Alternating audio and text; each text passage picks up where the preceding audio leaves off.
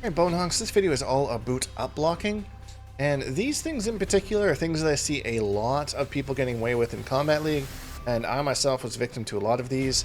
I thought, you know what, maybe people don't even know that you can do this kind of a thing. So I wanted to make a video. These are 5 like super important ones, and depending on your skill level and kind of where you're at online, you may or may not find this helpful. There's definitely 3 of these that I was like, mind blown, like this changes a lot of things. So that being said, let's get into it.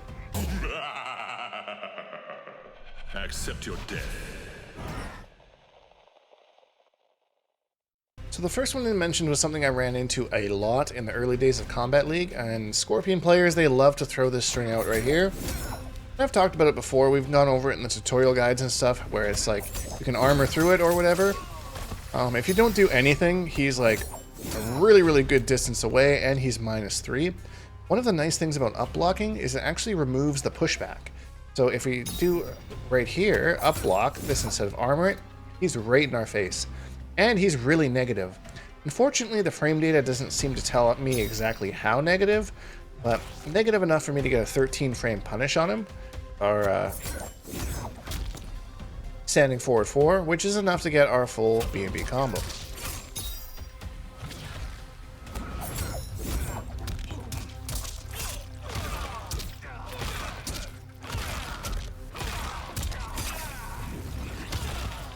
So that's 38%, and that's just with Shang Tsung. Like, your character can probably hit for more.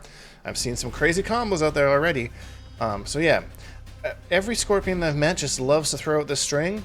And again, although there is an armor gap there, I think Upblock is the better, easier, and less resource-intensive way to deal with that string. So this is another one that I ran into early on in the Kombat League, is Reptile's charged back 2. It seemed that every Reptile I played just loved to throw this out. And if you don't check them, they can, because it's safe at -3, and that pushback is crazy, and that's exactly kind of where Reptile wants to be. So upblocking both gives us a punish on this move, and it negates the spacing on it. And again, I think that's one of the most important things about the upblock, is just that it kills that spacing, kills that pushback. And the same with Flawless Block. Flawless Block will do a similar thing, where you flawless block something, sometimes something that was maybe safe against you will actually kind of keep them close and give you a punish opportunity.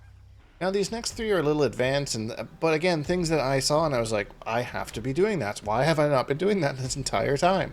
And so if you're into tutorials and tech and just how to play this game better, you know, and you're new around here, consider subscribing, because we do this stuff all the time. The next one here is Kenshi's Far Demon Drop, and this wasn't even something I really considered. Then I saw it on Twitter, Wonder Chef posted it, and I was like, wow, that's such a great tip. I need to share this, because it changes the frame data a lot. Like, generally, if he does this, you know, he's keeping you far away, and he's fairly safe. But if you actually upblock this, he's -30, and you can just move in and just absolutely wreck him. Like, if a Kenshi's trying to zone you and you're doing that, it's fairly easy to react to because it's fairly slow. And again, you're just blocking, upblock, move your way in. No zoning Kenshi in this game, let me tell you. This next one is a little trickier because General Shao can kind of throw it out in different combos, but once you become kind of familiar with what the actual move looks like, it is a lot easier, I promise you. But it is super important. So this is his overhead kind of slash thing. So he's -10 generally, which is not safe, but it's a tight punish. Also, there's a bit of pushback on this as well, so I mean, there's that. And again, as we talked about, the upblock negates the pushback, so if you can kind of react to that, this is going to make that matchup way easier for you, because you can punish that every single time, and he only has a certain amount of time that he can have his axe out there for.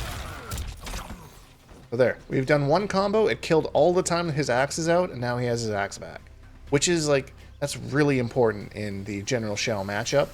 So I think this is one of the bigger ones in the game that you should definitely familiarize yourself with. Because if you've ever played a good General Shao, like my friend Crazy Fingers, like, it is really intimidating. You just don't know when it's your turn, especially when he doesn't have the axe. The rushdown's crazy, he gets safe overheads. But negating that as best you can will definitely help you out in that matchup. And the last one on this list, and holy smokes, was this ever just like a why didn't I think of that moment? This came to me via Loot in our Bonehawks Discord, shoutouts to Loot, is Melina's EX Psy. Because the second hit that she comes down with is an overhead. And I have struggled to punish this, and I was like, I don't know what to do about this. Like, my character just can't do anything about it? Like, that's crazy. And then Upblock, she's right in your face. Minus 46! It's 46, that's crazy. So I don't know, again, why I didn't think to do this, but you get a full combo punish, and this is something that I've seen Melina players do online a lot.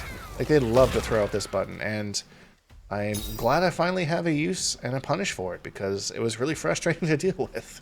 And that's it. These are 5 upblocks that I thought you should know in Mortal Kombat 1. I hope you found this helpful, and if you did, please leave a like, because it really helps me out, and subscribe if you haven't, because I make new videos almost every single day.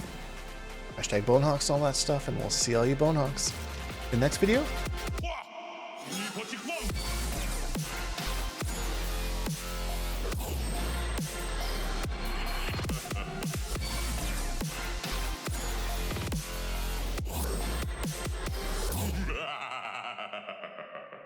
Accept your death.